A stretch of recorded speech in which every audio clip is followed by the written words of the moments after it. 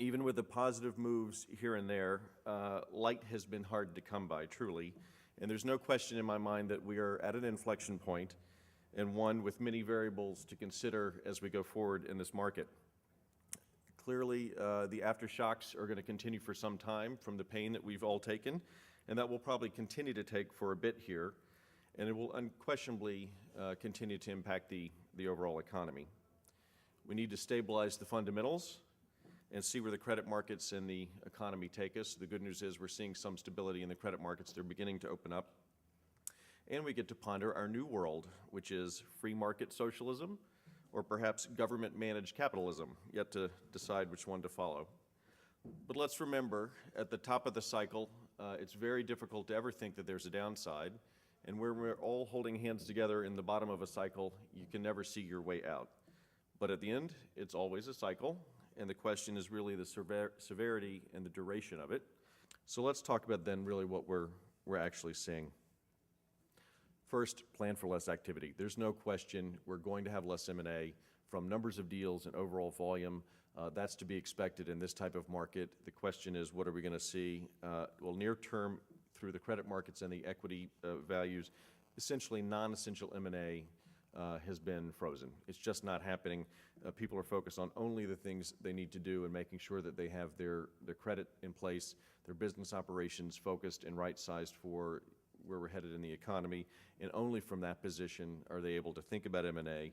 Deleveraging continues at every level, and again, as Steve Baronoff pointed out, and I agree, it's very difficult to determine what valuations are at this point, given both the volatility in the market, but also just what's your outlook for the economy. Until there's more direction that we can all agree on, it's very difficult to make those projections and then take a serious action like actually acquiring a company or even selling your company unless you have that knowledge. Even if you had that view, could you deliver the certainty of value? Could you be sure that if you came to a stock acquisition that your shareholders are going to receive that level once the transaction closes? And I think, again, that volatility has destabilized the M&A market with a high degree.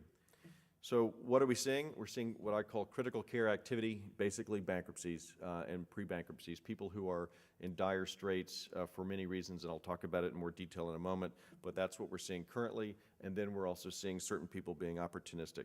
But this is a market in transition. We saw it in 87 to 88 and beyond. We saw it in 2001, 2002 and beyond. Once you have the boom, then you have the bust, and then what happens is a transitional market where people have to clean up the mess and spend time getting back to basics, and then from that period they can go on to a more aggressive, expansive M&A dialogue. So the two types of companies that will be active, I think, and we're seeing a few currently, medium term to longer term, will be the constrained and unconstrained companies.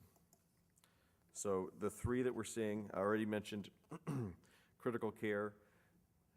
The one advice I would give any company that's even remotely thinking about this, and despite all the dialogue that we heard and read about covenant-light transactions in the buyout community, many of these transactions are going to be underwater just given the multiples that were paid and the overall leverage that was put on. The dialogue may be able to be longer, and you can avoid Chapter 11, and you can certainly have an opportunity to restructure, but everyone gets caught here in a box where they don't want to have the discussion on restructuring debt because of the implications to equity. All I will say is that failure certainly moves at about 10 times the speed of success, and so until you're able to grapple with that and get ahead of it, it's something that could come upon you, and the options are much more limited. But the current environment for critical care is both based on the overall economic activity and business failure of a business model, as well as just the capital structure and liquidity crisis. We're working through both of those right now with companies, and it's extremely active dialogue. We expect overall default rates to top 8%, and that's again from a currently very negligible low rate, and it's growing rapidly. The M&A activity you see from that are certainly rescue financings and asset sales, and then sales of full businesses, of course. The second one we call constrained companies. These are companies that are at no risk of failure, but they certainly have depressed shareholder values, and they must do something from the position they're in. They're either too highly levered or they're too much risk in their business model, not enough business model focus.